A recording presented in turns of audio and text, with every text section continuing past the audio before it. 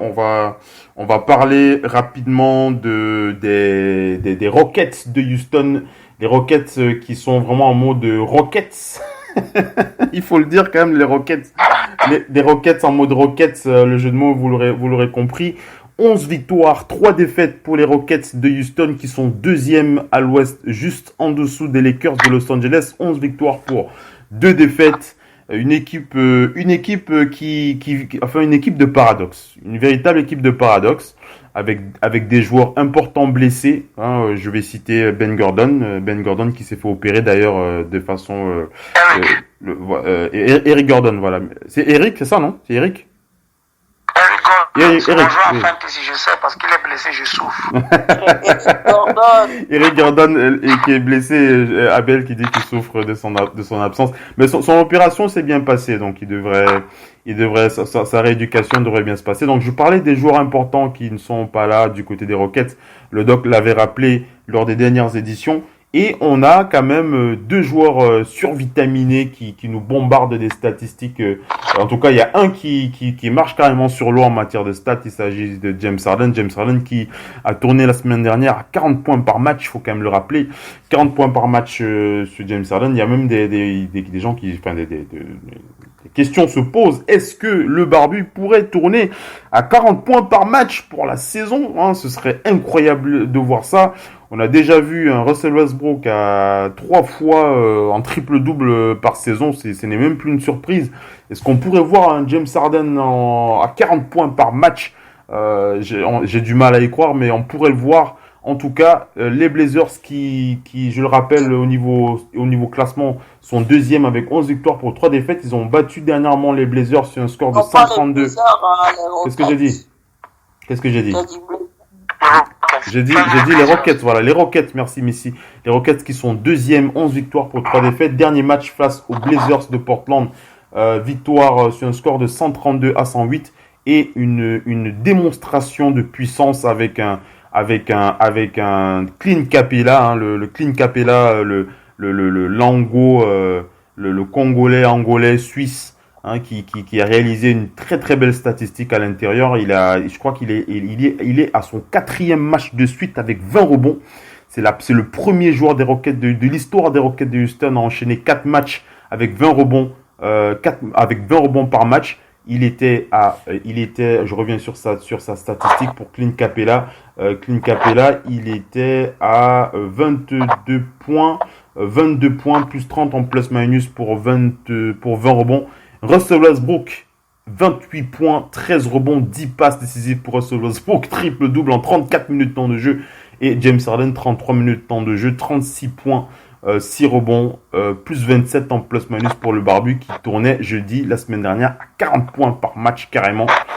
Le Abel, je connais déjà la réponse d'Abel, hein, mais je préfère le laisser s'exprimer, c'est mieux.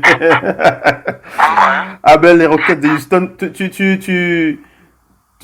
vas-y, je te laisse t'exprimer. Je garde mes réponses pour le doc. Abel, les Rockets. Qu'est-ce que je pense des Rockets? Oui. C'est une bonne équipe de saison régulière. Ils vont faire leur santé comme ils aiment faire. Ouais. Ils vont faire leurs 150 points tous les jours. Mais ils ne sont pas en train d'adresser les automatismes et les problèmes qu'ils ont en playoffs. 82 matchs de basket, c'est beaucoup de matchs de basket. Les équipes qui vont jouer le titre comprennent qu'ils doivent ajuster leur système, travailler sur comment ils vont jouer en playoff. Parfois, laisser certains matchs partir parce que c'est pas grave.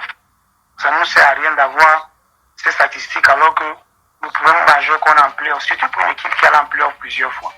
Quand tu es en playoff plusieurs fois et que tu as toujours eu un problème, tu dois le régler. Ok? Mais nous ne sommes pas en train de régler le problème parce qu'ils ne gagneront pas un titre avec Harden qui tourne à 40 points. Même Michael Jordan n'a pas gagné un titre.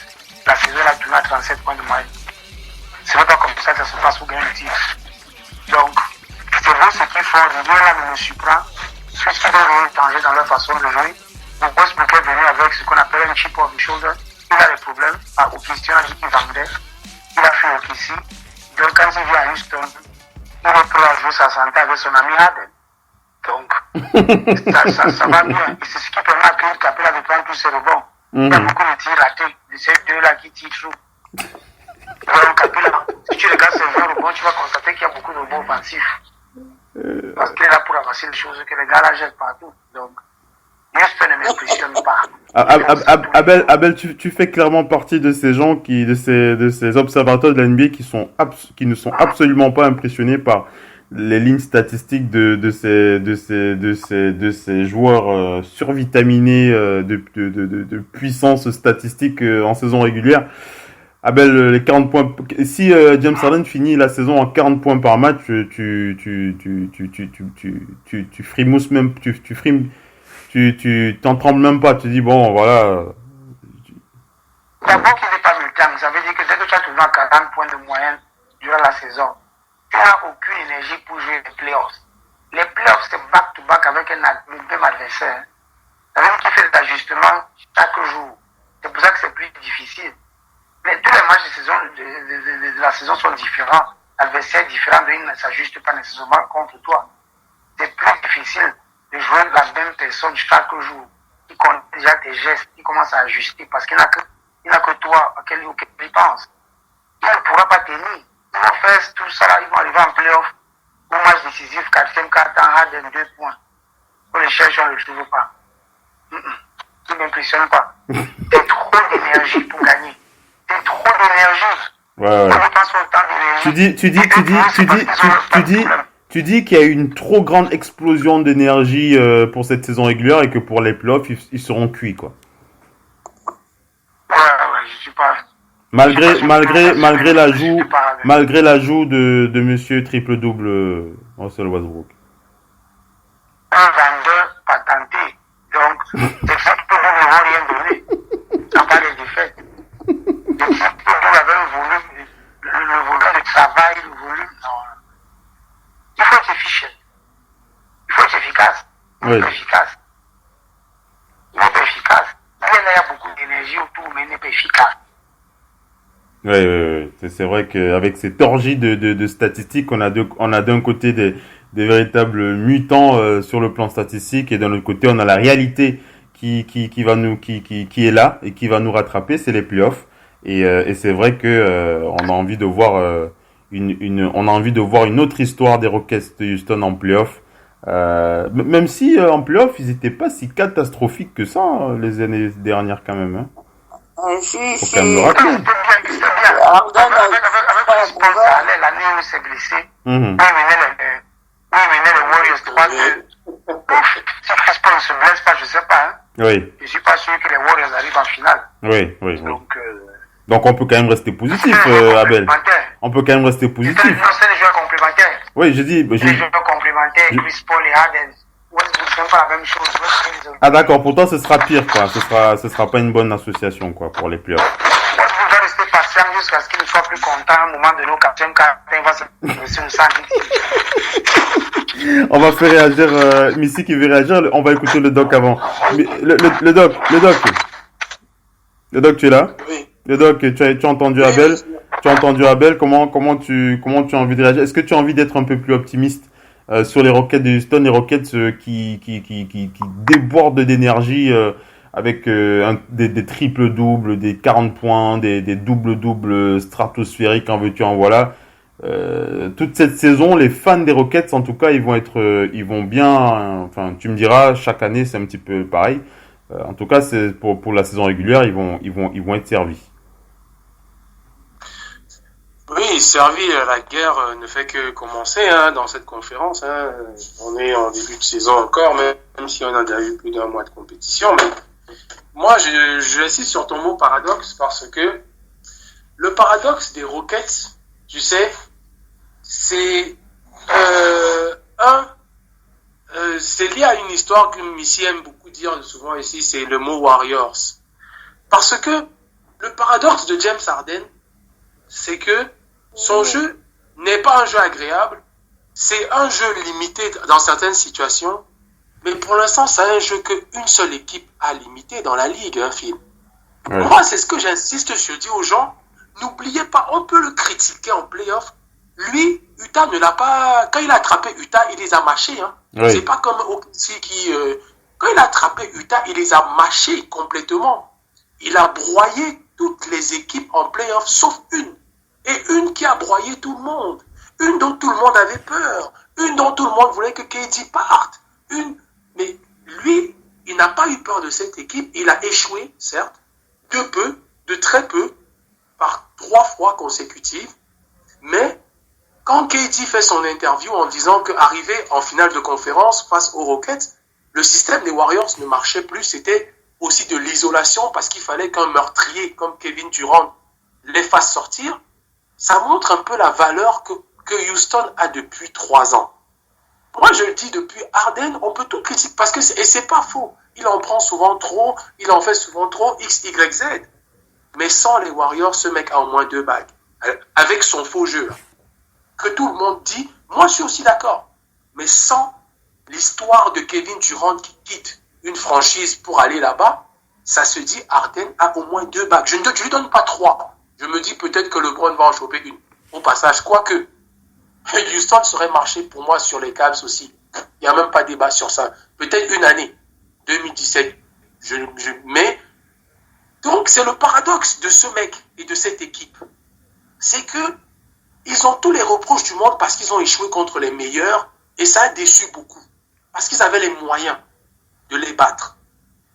La déception des gens vient que on se dit, vous aviez les moyens de battre cette armure, cette muraille plutôt, qui était les Golden State Warriors. La saison régulière, tout le monde dit on l'attend en playoff.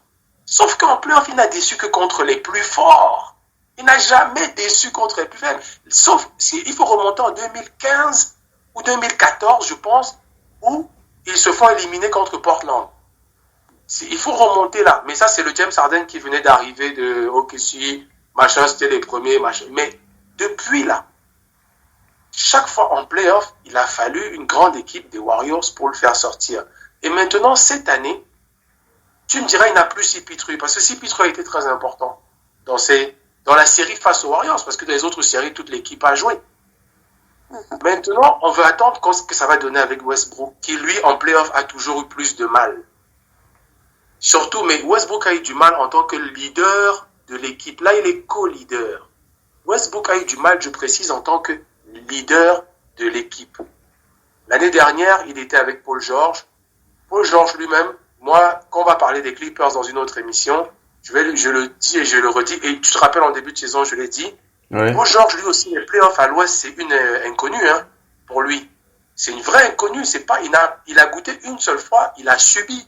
La loi des Blazers, c'était violent. C'était très violent. Donc, bon, mais nous ne sommes pas dans le sujet Clippers. Nous sommes dans le sujet Rockets où, je te l'ai dit ici, par chaque émission qu'on en parle, moi je le dis depuis le début de saison, je ne vois pas ce que les équipes de LA, en tout cas, elles ont peut-être plus défensivement, mais je ne vois pas ce que Houston a à leur envier, là au point de départ. Dans la saison, ça va se voir. Mais moi, je le dis depuis, s'il y a une équipe qui n'a pas chamboulé son fonctionnement, qui les amène premier ou deuxième ou troisième de la conférence depuis, l'équipe qui a le plus de garanties, on sait à quoi s'attendre d'eux. On sait comment Harden va jouer. On sait les tares de Westbrook, mais on sait qu'ils seront parmi les 3 premiers. C'est Houston. Le reste là, on commence déjà comme tout à l'heure à réfléchir. Kawhi va-t-il jouer jusqu'à la fin? Est-ce qu'on va l'opérer? Est-ce que on commence à réfléchir sur Anthony Davis, son épaule. Ça fait 3 matchs qu'il tourne à moins de 20 points. Est-ce qu'en janvier, Anthony Davis, est-ce que LeBron James...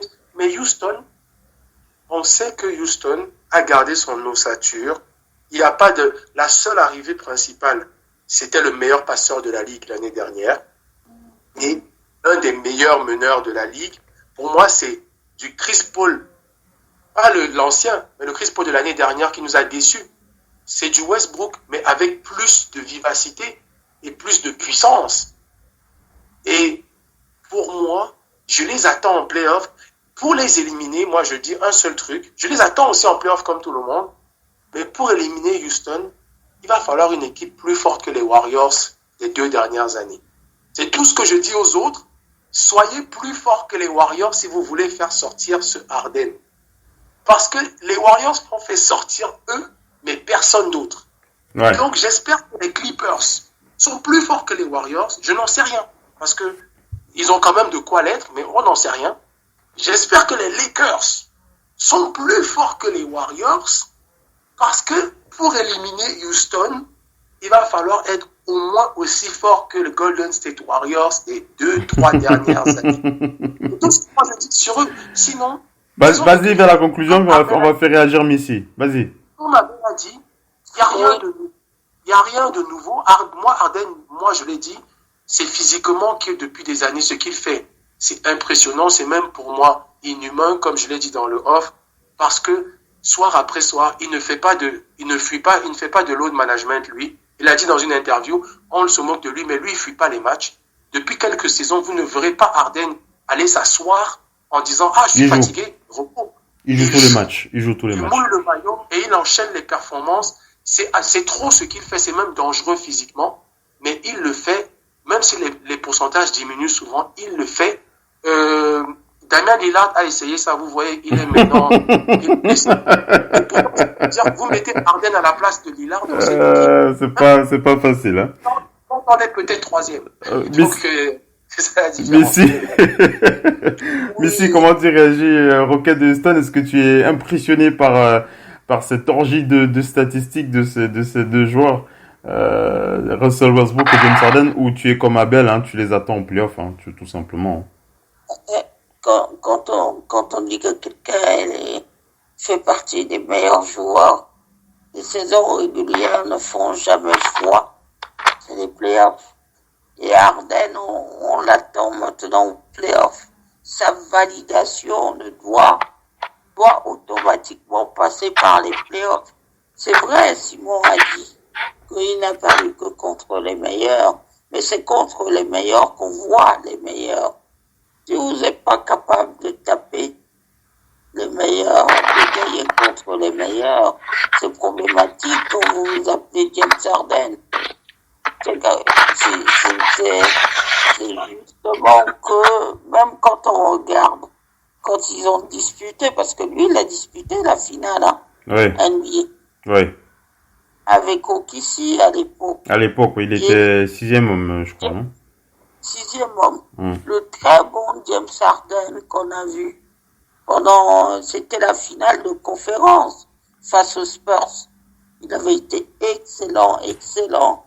C'est grâce à lui que les Spurs sont éliminés et en finale, il n'a jamais existé.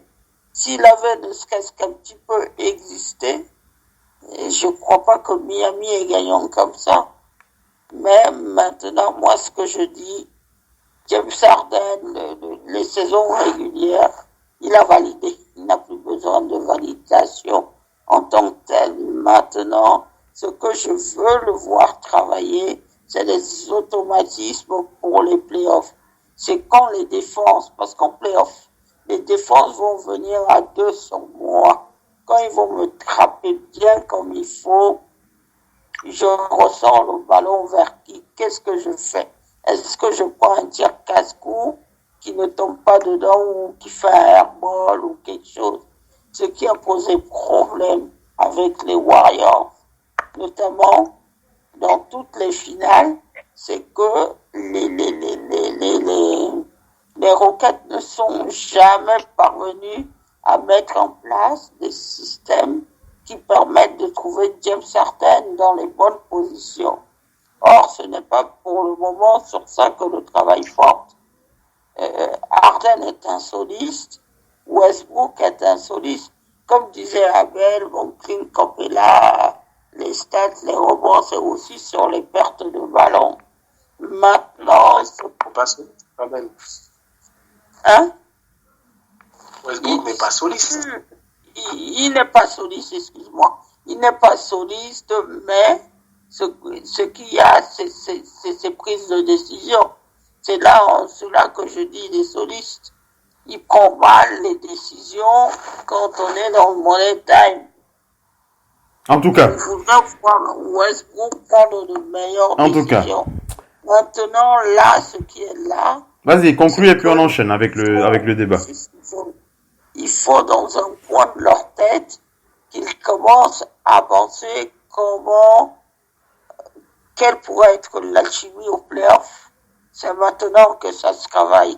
Et ça, ils n'ont pas encore commencé à travailler.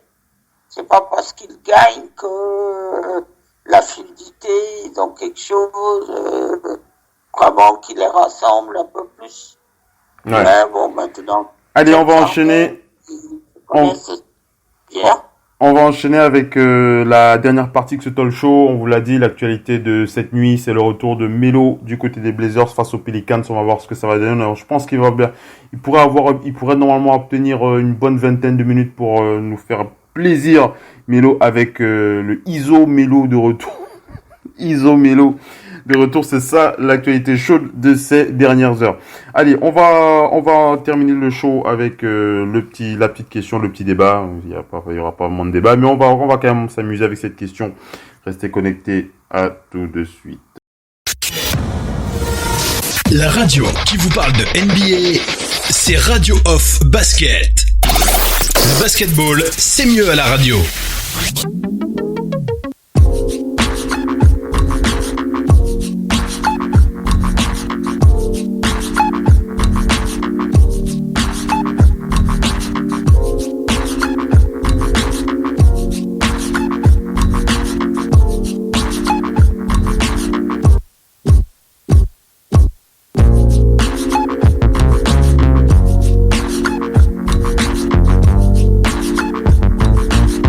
Allez les amis, on enchaîne avec la suite du talk show, dernière partie de cette émission de Big NBA Show. On rattaque le débat de ce soir, le thème la question sur laquelle on va s'amuser dans le talk show de ce soir. On pose la question, l'éternel comparatif entre ces deux monstres de ces deux générations, LeBron James et Michael Jordan. On vous repose la question sur l'opposition entre les deux hommes. On va commencer avec Abel. Abel, tu es là?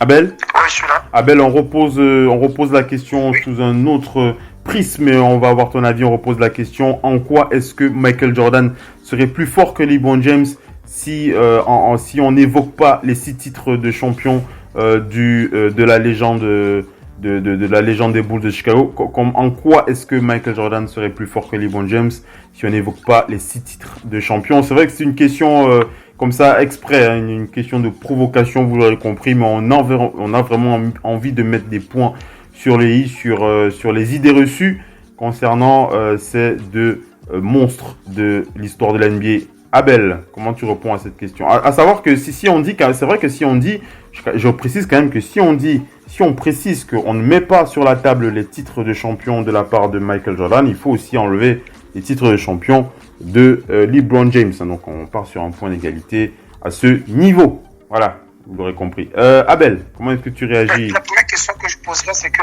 sur quoi est-ce qu'on se basera donc pour savoir qui est plus fort? Parce que c'est pas juste les skills qui déterminent quel est le meilleur joueur. Il y a des team matchs qui font tout autour du terrain de basket, mais on peut se baser sur les awards individuels, par exemple. Sur les quoi? Les awards individuels? Oui. Mais c'est qu'il n'y a pas match. Michael Jordan détruit LeBron James. On compare quoi? Michael Jordan a 6'6", a été Defensive Player of the Year. LeBron James n'a jamais été push d'être le meilleur défenseur de la NBA. Michael Jordan l'a déjà été. Michael Jordan a plus de scoring title que LeBron James n'a pas le scoring title de Michael Jordan. All defensive team, all NBA teams. Quand on parlait de chiffres, Michael Jordan, sur le nombre d'années qu'il a joué, parce qu'il a joué moins d'années, le nombre d'années qu'il a joué, il le dépasse sur toutes les accolades individuelles, à part le titre d'MVP, peut-être de la saison régulière, et même. Donc, je ne sais pas à quel niveau Qu'est-ce que tu dis à ceux qui utilisent le prétexte de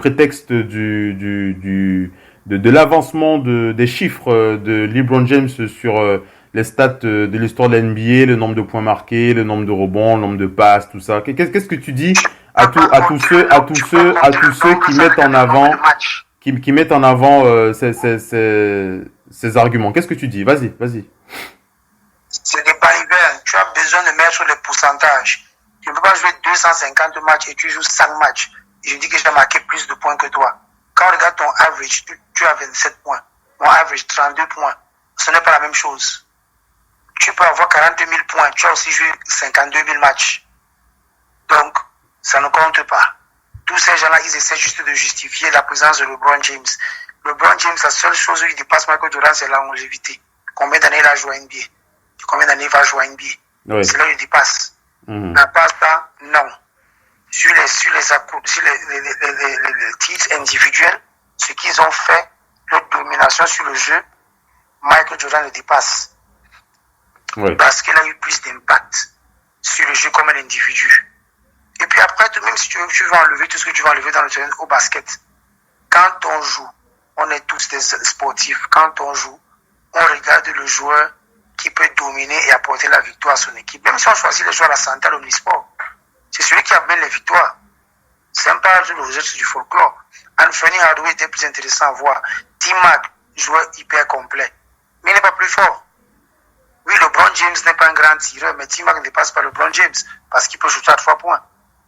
On regarde les statistiques. C'est des statistiques qui ne font pas de sens parce que le basketball a changé. À présent, on doit tirer à 3 points. Si le basket restait comme il était avant, LeBron James ne serait pas un tireur à 3 points à présent. Il allait continuer à faire ce qu'il faisait. Il a commencé à shooter. On a en train de pousser, tout le monde pousse Giannis à tirer. Ben Simmons à tirer. Pourquoi? Parce que le jeu a changé. Donc ça n'a rien à voir avec certains stats qu'on utilise. C'est des stats erronés. C'est juste pour justifier un point. Mais dans la totalité de body of work, dans le basketball, Michael Jordan reste le GOAT. Enlève les 6 titres si tu veux. Il a déjà fait beaucoup. Il a fait une année, il a gagné le concours de MVP All-Star, MVP de la saison, meilleur marqueur, defensive player. Le Ballon a déjà fait ce genre de saison. À quel moment? Jamais. Même à son prime, il a fait 50. Il a fait 104 à son prime. Donc, qui nous excuse? Michael Jordan le dépasse. On n'a pas parlé des titres à présent. On a laissé les titres. Il le dépasse. Parce que à son prime, Michael Jordan a réellement dominé. Il n'avait réellement personne autour de lui. Il a dominé. Jusqu'au point où il a eu tous ces titres-là. C'était pas facile. Clair et net de la part d'Abel. On va faire la passe rapidement au Doc NP. Le Doc NP. Le Doc, comment tu réagis à cette question, une tournure de sens sur laquelle on s'amuse ce soir? En quoi est-ce que Michael Jordan serait plus fort que LeBron James?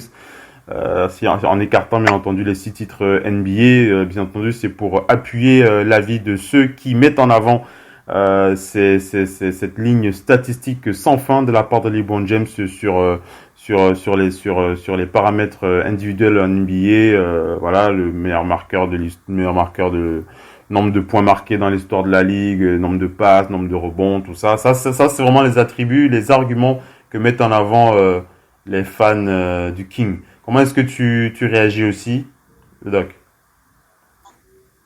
Oui, Phil, le basket, par définition, c'est un sport d'adresse.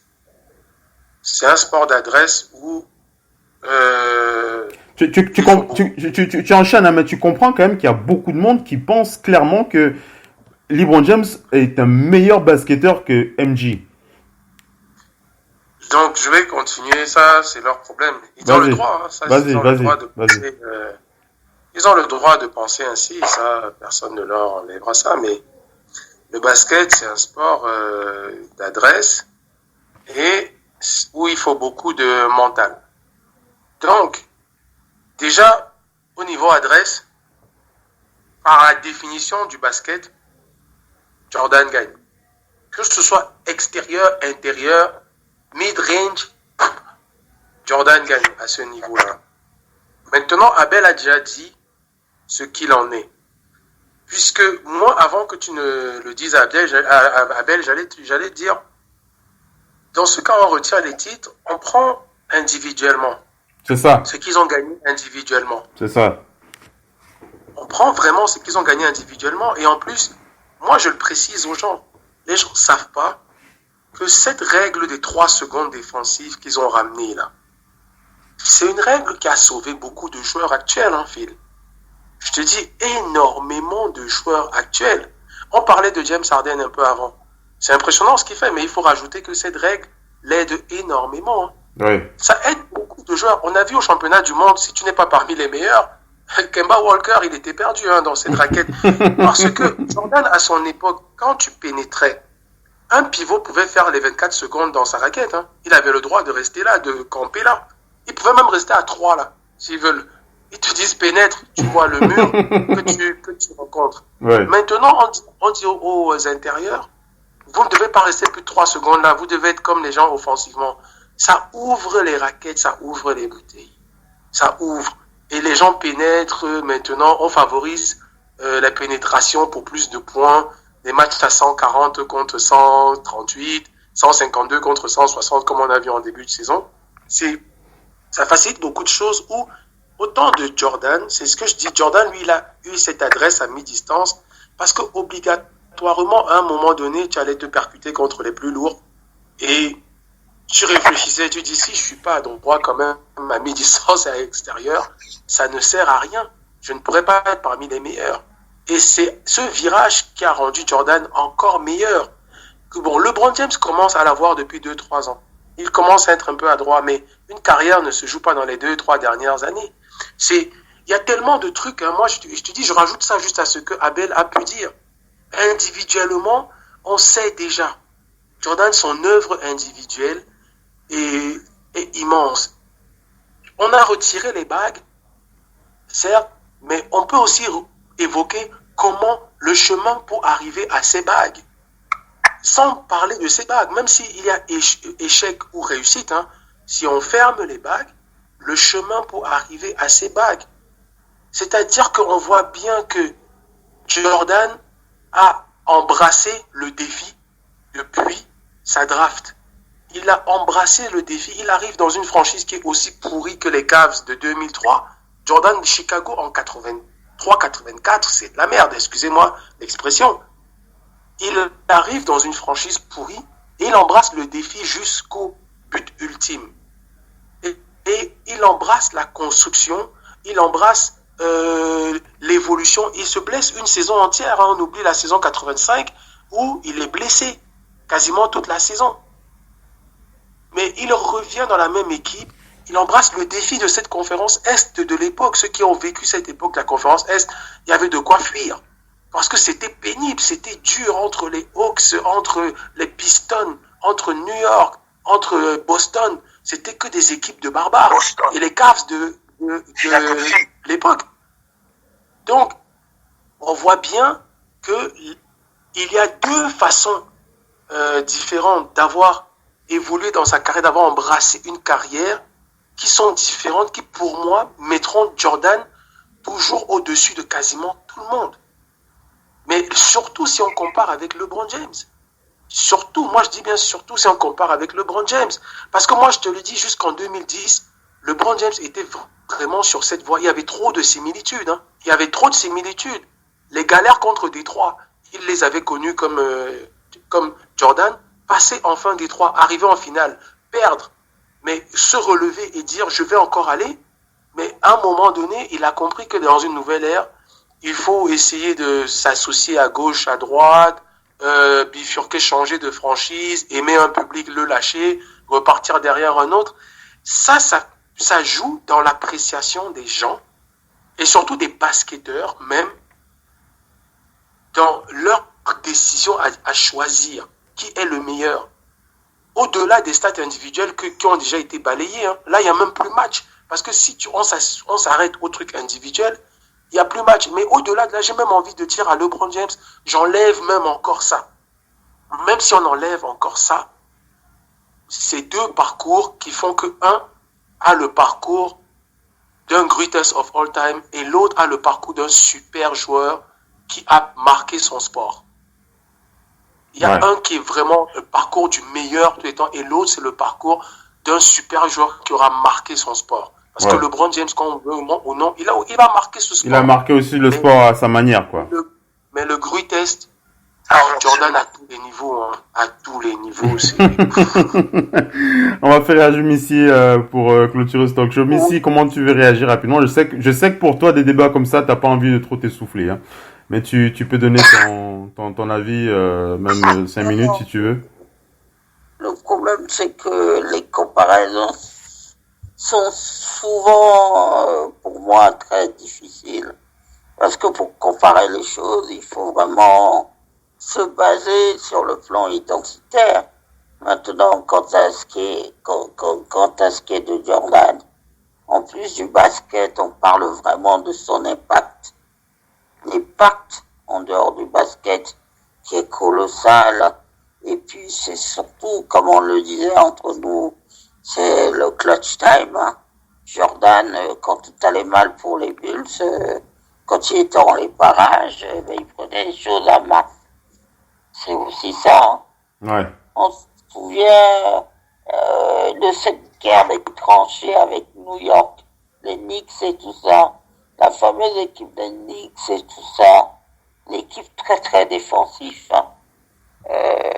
Jordan était quand même omniprésent. Il y a beaucoup de choses que, c'est comme disait Steve Kerr, quand Jordan entrait sur un terrain, il disait ce match-là doit être gagné, les choses suivaient leur cours. C'est ça maintenant. C'est que, quand est-ce qu'il y a de LeBron est un très bon joueur par rapport à son époque. Et pourquoi pas le meilleur, c'est un débat qui est encore là, ça se discute avec quelqu'un comme Kevin Durant et tout ça. Mais c'est surtout ce qu'il y a, c'est que quand on nous dit bien, les LeBron James et autres Kevin Durant, voire même Kobe, quand on remonte à Kobe, c'est des joueurs qui ont été des vraies sciences du basket, parce qu'ils sont allés apprendre des autres, des aînés qui étaient là avant eux, pour repérer des mouvements qu'ils pourraient faire.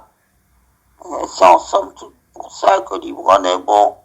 Maintenant, quant à ce qui est de Jordan, il est même pas à mettre sur le même plan.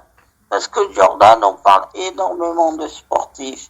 C'est quelqu'un qui a fait reconnaître qui a amené le basket tellement loin, pas uniquement en termes de bagues ou autre, qu'il a marqué. Donc, et puis les époques sont différentes. Donc, moi, je suis pas une adepte des comparaisons, rien que par rapport à ça. Voilà. Voilà, on est arrivé à la fin de ce talk show.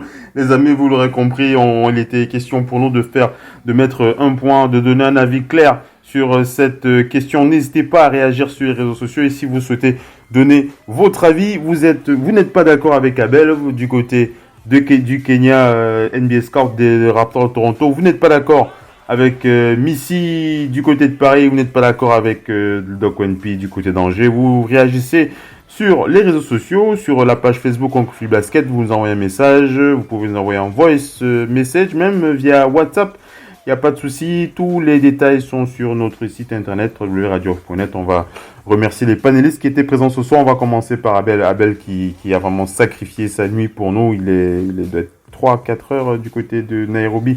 Abel, merci d'avoir été connecté avec nous, c'était un plaisir une fois de plus, ta présence sur le parquet. Abel, tu es là? Est-ce que Abel est là? Abel, est-ce que tu es là? Abel qui doit être déjà endormi là, parce que vu le temps, il doit être 3h30 ou 4h du côté de Nairobi. On avait Abel, Abel Nson, Scout NBA pour les Raptors de Toronto. Il est basé au Kenya. Pour ce qui est du continent africain, on lui envoie un gros big up à Abel et bien entendu on n'hésitera pas à l'inviter pour des prochaines éditions. On va remercier Missy du côté de Paris. Missy, merci d'avoir été connecté avec nous. On dit à la prochaine sur le parquet pour jeudi. On sera là pour NBA No Limit pour jeudi. Merci d'avoir été connecté. Merci à toi d'avoir été parmi nous ce soir. Merci à toi d'être là, même quand la connexion dysfonctionne, quand il y a un problème. Tu es toujours là. Merci Missy. Merci, à la prochaine jeudi pour NBA No Limit. Le Doc ONP, le Doc, merci d'avoir été connecté avec nous, c'était un plaisir. On se dit à jeudi pour NBA No Limit. Le Doc. Merci à tout le monde, très bonne semaine, jeudi prochain. Voilà. Bien. Voilà, merci à tous ceux qui étaient connectés pour ce talk show NBA, de Big NBA Show. On a refait le point sur l'actualité de la NBA. On s'est un petit peu attardé sur la conférence Ouest. Pour aujourd'hui, on avait déjà parlé de la conférence Est la semaine dernière, mais on reviendra pour ces deux conférences avec le Doc, avec Missy et avec les panélistes qui seront présents. N'oubliez pas, si vous souhaitez participer. Vas-y, Missy, rapidement. Je suis en train de clôturer. Rapidement, les Celtics sont à déplorer la blessure de Marcus Smart. Ouais. Et c'est un vrai plaisir. Ouais, c'est pas facile. On reviendra sur les Celtics, Missy, jeudi pour NBA No Limit. Restez bien connectés sur le parquet de la Radio Off des Talk Show. En veux-tu, en voilà, c'est sur l'application sur l'application officielle Radio Basket, la radio partenaire officielle. NBA, ciao Missy, ciao le doc. Ciao, ciao, bonne soirée. Ciao, ciao.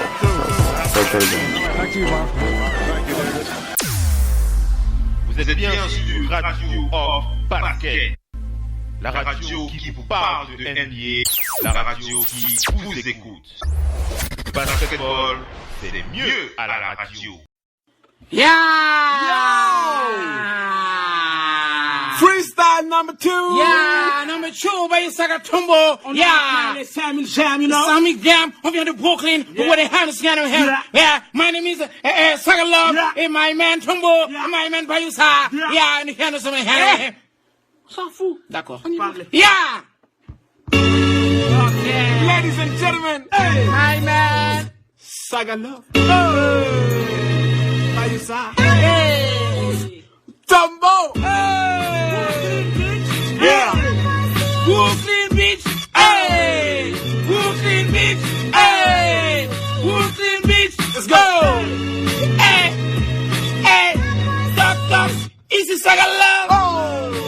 When you get it in the night, I'm not black, I'm chocolate. When you get it, turn it down. Baby, I love you. Oh, baby, I need you. I'm not black, I'm chocolate. And if you knew how when I be turn it down, when you care, when you hit it, when we hand it down. My man, by you, I'm not black, I'm chocolate. Not black, I'm chocolate. Hey. Mama Sita, Mama Losa. Oh. Africa. Oh. Africa. Oh. I'm not black, I'm chocolate. Oh. I'm chocolate. Oh. I'm not black, I'm chocolate. Oh. I'm not black, I'm chocolate. Oh. Justin Timberlake. Oh. J'ai mal aux yeux. Oh. Beaux yeux. T'es pas belle. Baby belle. Tout le monde est OP. Pas de swag, Jean-François Copé.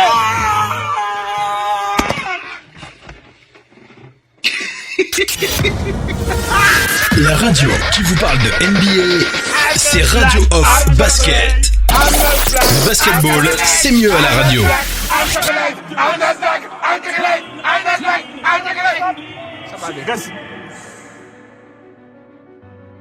Our first will never be forgotten. First. From our first love, to our first kicks, to that first game we could not miss. To be first in line, to show our pride, to take that first big risk. From that first practice to our first minutes, we remember who was first, who inspired us. And when he showed us this,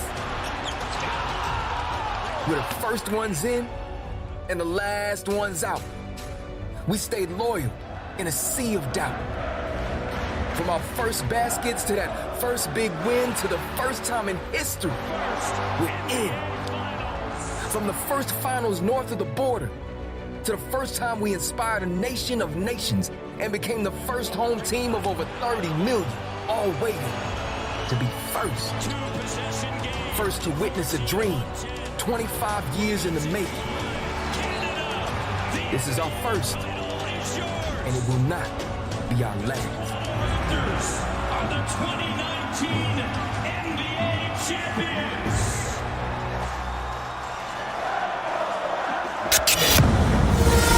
La radio qui vous parle de NBA, c'est Radio Off Basket. Le basketball, c'est mieux à la radio.